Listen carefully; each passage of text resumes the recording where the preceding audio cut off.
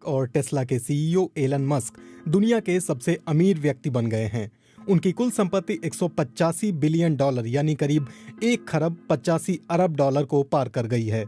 बीते गुरुवार को मस्क की कंपनी ने शेयर की कीमतों में बड़ा उछाल देखा, जिसके बाद कुल संपत्ति के मामले में वे पहले पायदान पर पहुंच गए। ये जगह मस्क ने ऑनलाइन शॉपिंग प्लेटफॉर्म अमेज़न के संस्थापक जेफ बेजोस को पीछे छोड़कर हासिल की है।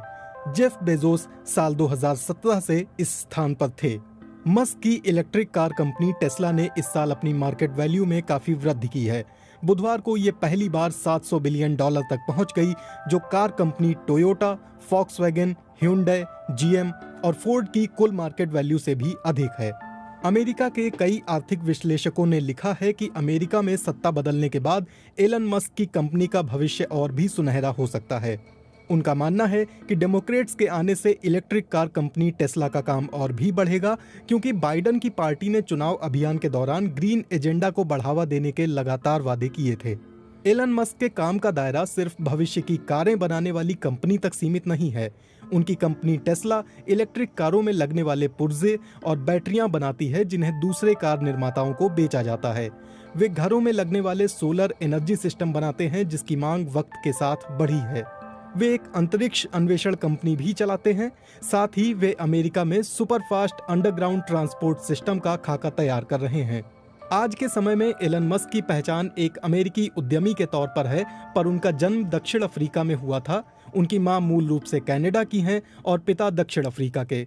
मस्क के मुताबिक उन्हें बचपन से ही किताबें पढ़ने का बहुत शौक था। वे कहते हैं कि मैं बचपन में बहुत ज्यादा शांत रहता था, इस वजह से मुझे परेशान भी बहुत किया गया। 10 साल की उम्र में एलन मस्क ने कंप्यूटर प्रोग्रामिंग सीखी और 12 साल की उम्र में उन्होंने ब्लास्टर नामक एक वीडियो गेम तैयार किया, जिसे एक स्थानीय मैगजीन ने उनसे 500 अमेरिकी डॉलर में खरीदा। इसे मस्क की पहली व्यापारिक उपलब्धि कहा जा सकता है। 49 साल के एलन मस्क के बिजनेस की शुरुआत असल में साल 1999 में हुई, जब उन्होंने और उनके भाई किम्बल ने अपनी सॉफ्टवेयर कंपनी Zip2 के लिए एक सफल डील तलाश ली। इससे मिले पैसे को 27 साल की उम्र में मस्क ने एक नई कंपनी में लगाया, जिसका नाम था X.com, और इस कंपनी का दावा था कि वो पैसा ट्रांसफर करने की व्यवस्था में क्रांति लाने वाली है। मस्क की इसी कंपनी को आज पेपाल के नाम से जाना जाता है, जिसे साल 2002 में ईबे ने खरीद लिया था और इसके लिए मस्क को 165 मिलियन डॉलर मिले थे। ये उनके करियर की बड़ी उपलब्धि थी। इसके बाद मस्क ने अंतरिक्ष अन्वेषण की तकनीकों पर काम करना शुरू किया। उनके इसी प्रोग्राम को स्पेस एक्स का नाम दिया गया, जिसने कहा कि मनुष्य आने वाले वक्त में दूसरे ग्रहों पर भी रह सकेंगे। साल 2004 में एलन मस्क ने इलेक्ट्रिक कार कंपनी टेस्ला की बुनियाद रखी और उन्होंने कहा, भविष्य में सब कुछ इलेक्ट्रिक होगा, स्पेस में जाने वाले रॉकेट भी, और टेस्ला इस बदलाव को लाने में अहम भूमिका निभाएगी। कुछ साल पहले हुए इस इंटरव्यू में मस्क ने कहा था, मैं नहीं जानता कि मेरे पास कितनी संपत्ति है। ये इस तरह से नहीं है कि कहीं नोट के बंडल पड़े हुए हैं। इसे ऐसे देखना चाहिए कि टेस्ला, स्पेसएक्स और सोलर सिटी में मेरी हिस्सेदारी है और बाजार में उस हिस्सेदारी की कुछ कीमत है। पर मुझे वाकई इससे फर्क नहीं पड़ता, क्योंकि मेरे काम करने का लक्ष्य ये नहीं है। रॉलेट लिखते हैं कि मस्क का ये नजरिया शायद काम कर रहा है। उनके पास आज जितनी संपत्ति है, उसमें वे चाहें तो दुनिया की कई बड़ी कार निर्माता कंपनियों को एक साथ खरीद सकते हैं। वे इस साल 50 साल के हो जाएंगे, पर एक दौलतमंद शख्स के तौर पर दुनिया को अलविदा कहने का उनका सपना बिल्कुल नहीं है। मस्क कहते हैं कि वे मंगल ग्रह पर एक बेस बनाने में अपनी पूंजी का सबसे बड़ा हिस्सा लगाना चाहते हैं और उन्हें कोई आश्चर्य नहीं होगा अगर उन्होंने इस मिशन को सफल बनाने में अपनी सारी पूंजी लगा दी। मंगल ग्रह पर मनुष्यों का एक बेस मस्क की नज़र में बहुत बड़ी सफलता होगी। वे मानते हैं कि इससे भविष्य बेहतर होगा। स्पेस एक्स की स्थापना को लेकर भी बीबीसी से हुए इंटरव्यू में मस्क ने कहा था, मैंने कंपनी इसलिए बनाई क्योंकि मैं इस बात से असंतुष्ट था कि अमेरिकी स्पेस एजेंसी अंतरिक्ष अन्वेषण को लेकर और महत्वाकांक्षी क्यों नहीं है, वो क्यों और आगे का नहीं सोच पा रही। मैं उम्मीद करता हूं कि भविष्य में चांद और मंगल ग्रह पर हमारा बेस हो और वहां के लिए लगातार फ्लाइट्स चलें। मस्क चाहते हैं कि लोग उन्हें एक निवेशक से ज्यादा एक इंजीनियर के रूप में जानें। रॉलेट से इंटरव्यू में उन्होंने कहा था, मैं हर सुबह किसी नई तकनीकी समस्या का हल ढूंढने के लिए उठना चाहता हूं। बैंक में कितना पैसा है, इसे मैं सफलता का पैमाना नहीं मानता। रॉलेट लिखते हैं, मस्क कार उद्योग में क्रांतिकारी बदलाव लाना चाहते हैं। वे मंगल ग्रह पर कॉलोनी बनाना चाहते हैं, वैक्यूम टनल में चलने वाली सुपरफास्ट ट्रेनें चलाना चाहते हैं, मनुष्यों के दिमाग से एआई यानी आर्टिफिशियल इंटेलिजेंस को जोड़ना चाहते हैं और सौर ऊर्जा से दुनिया चलाना चाहते हैं। इन सभी चीजों में एक चीज समान है, वो ये कि ऐसी भविष्य की कल्पनाएं आपको 1980 के दशक की शुरुआत में मिलने वाली बच्चों की पत्रिकाओं में मिलती थीं। और इसमें कोई छिपी हुई बात नहीं कि मस्क का बचपन दक्षिण अफ्रीका में बहुत सारी पत्रिकाएं, किताबें पढ़कर और फिल्में देखकर गुजरा। मस्क बदलाव की धीमी गति में विश्वास नहीं रखते। वे जल्द से जल्द जीवाश्म ईंधनों को पीछे छोड़ देना चाहते हैं।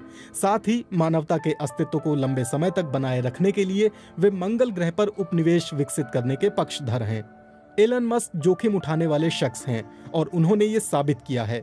2008 में जब दुनिया ने आर्थिक मंदी का सामना किया तो मस्क की हालत भी काफी खराब हो गई थी। इसके बाद उनकी नई कंपनियों ने कई असफलताएं देखी। स्पेस एक्स के पहले तीनों लॉन्च फेल हुए। टेस्ला में भी उत्पादन से जुड़ी कई समस्याएं आती रहीं और मस्क तंगी में फंस गए।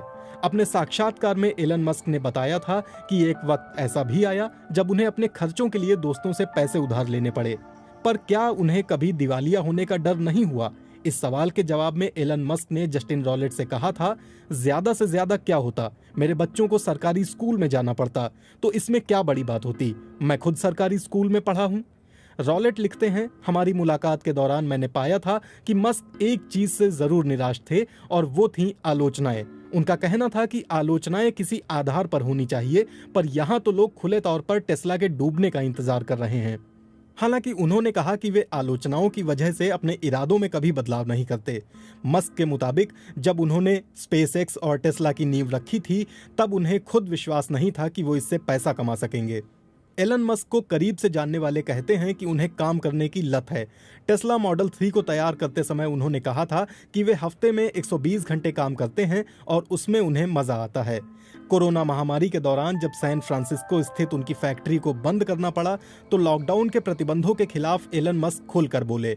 उन्होंने कहा, जो लोग महामारी का हवा बना रहे हैं वो बेवकूफ हैं।